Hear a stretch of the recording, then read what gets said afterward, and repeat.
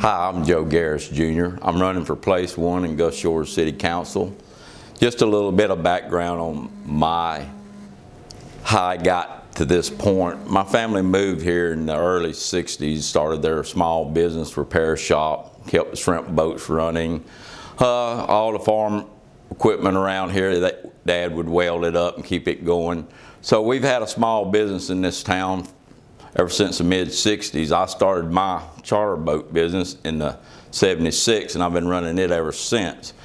I decided 16 years ago to get on the city council, and I had a little more time, raised my family here, so I decided to get on the city council and learn how the city actually run.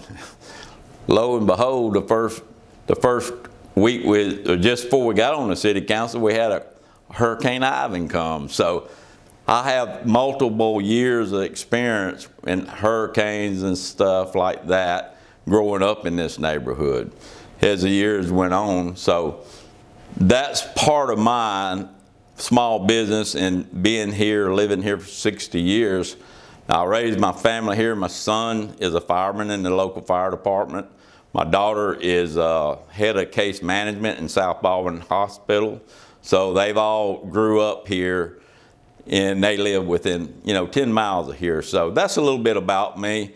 I enjoy doing what I'm doing. We got a great cohesive group that we work with, and I just love doing what I'm doing, and this is my home and I love it. So this is why I'm running, and thank y'all very much. I appreciate your vote on August 25th. One of the challenges faced by many of our local businesses is finding and maintaining staffing to operate their business year-round. The challenge is complex and changes throughout the year based on tourist seasons, but a large part of the challenge appears to be due to a lack of educational and training opportunities, as well as affordable housing options in our area. Are you aware of these workforce development issues in our area, and how would you help our businesses address that challenge? Well, one of the ways you would address that challenge is go, I think, into the local high schools as the seniors start graduating and try to explain to them and train them in some of the hospitality industries or restaurant industries. And I mean this in a good way. Not every child, and I was one of them, it's not made for college. So I think there's a workforce here. I think we need to start in the school to start with and start getting these kids thinking on this line in hospitality and in the restaurant business and whatever other fields. We always have a problem with housing. That's the reason we continue to grow, to try to get housing affordable for these guys and ladies that's in this type business. And it's not easy, because it is. When I grew up down here, it was Memorial Day to Labor Day that it shut down. Well, now you have an opportunity, because we're just about a year-round town now that requires hospitality, requires restaurant, labor force, cooks, and everything that goes with that. So I think the biggest deal is to try to get some of these kids educated in the high schools and try to get them interested in this type, because it is a very challenging job and a good job, and it's always going to be here. It's going to be a full-time job anymore. So that's one of the things I'd like to see happen and what I would like to try to help get done.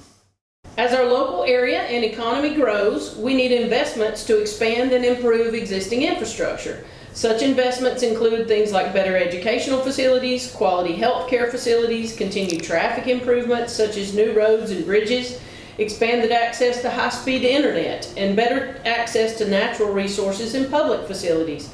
What infrastructure issues would you like to address, and would you support continued investments to expand and improve our existing infrastructure? That's a very good question, because it's always going to be somewhat of an issue getting traffic around town. And right now we're receiving $50+ million in grants to build new roads to try to move the traffic better in this town.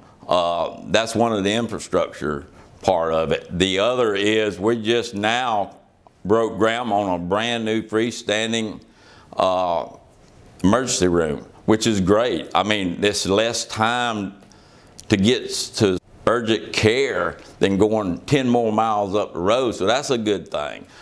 We just continue to have to work on the traffic issues, which that's going to be the traffic issue is going to be the problem that we face, and we have to continue getting grants working on them like we're doing right now.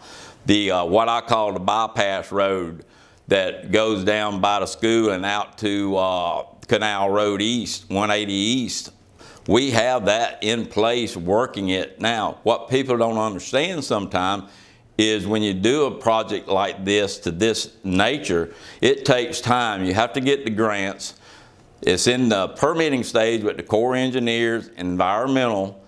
So you have to get through those, and once you get through those and pass those and make sure you can do the project, then you go to design and water drainage and all that. So we're working on it now. It just takes time, and people don't see people moving dirt and making roads. It just takes time. And we're working on it, and like we said, we got $50-something million right now waiting on us to get this done, and we're right there getting started on it. Large events that are hosted in our area attract hundreds of thousands of visitors and help stimulate our local businesses throughout the year. Such large events have been proven to benefit our local economy, but must also be balanced with the local quality of life. Do you have a position on the concerns in our area hosting such events that attract large crowds to our city, and what might you do to address those citizens' concerns? We have a lot of issues with, not issues, but a lot of events that I like, such as the National Volleyball Championship. We have the USSSA baseball. We have the NAIA track meets. All these and more that we do here attract a lot of people. And I'm for the family balance events that we have. I think it's good for our community. I think what we need to do as a community is support these family type events, such as the NCAA National Championship, and the baseball, the softball tournaments. The city has smaller events such as music in the park over at Myers. We got down at the beach, we got our green area down there. We have events. We need the citizens to grasp that, because those are done during the off season of the year where it's cool and it's nice to get around and do. So yeah, I support all these events we do like this, because I think it brings people.